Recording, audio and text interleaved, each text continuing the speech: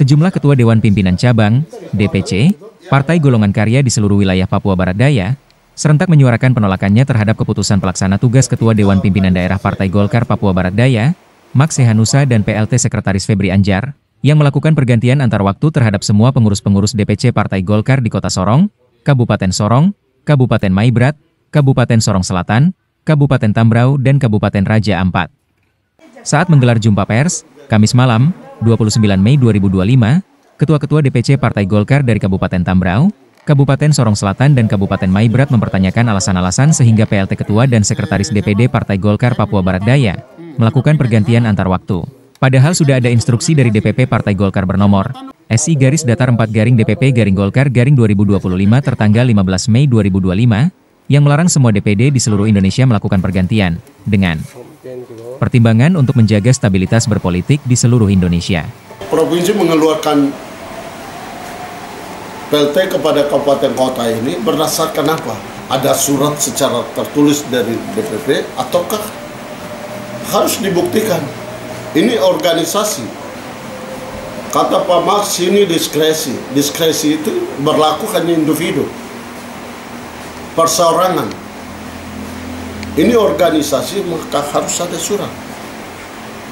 Kalau memang ada perintah dari DPP melalui Ketum, melalui Pak Bahlil, minimal Pak PLT harus minta, ya kami minta surat sebagai dasar untuk kami mempertanggungjawabkan ini. Dan kami minta PLT Provinsi segera hadir dan minta semua kader kita rapat. Dan beliau harus menjelaskan ini secara detail kepada semua DPD 2, bahkan semua kader yang hadir. Sejak beliau ditunjuk sebagai PLT tidak pernah hadir sampai pada pasca pilkada pun beliau tidak pernah hadir.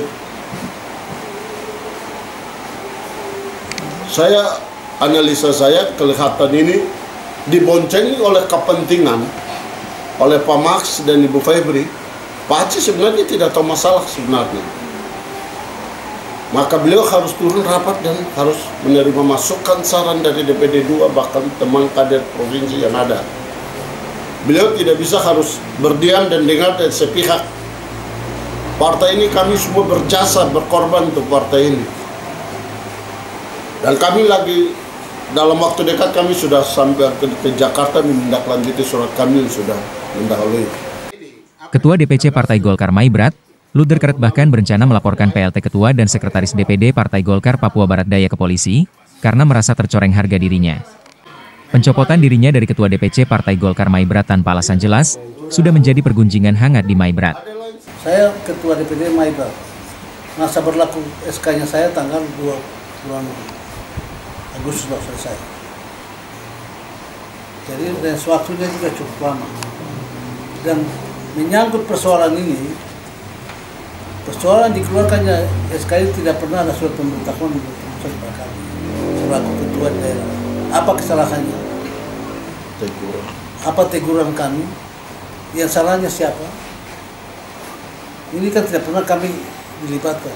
Kalau mau soal persoalan pilkada, kita ini kemarin semua berkecimpung di daerah tingkat 2 masing-masing dan kami tidak pernah diundang oleh tim pemenangan tingkat provinsi untuk rapat bersama.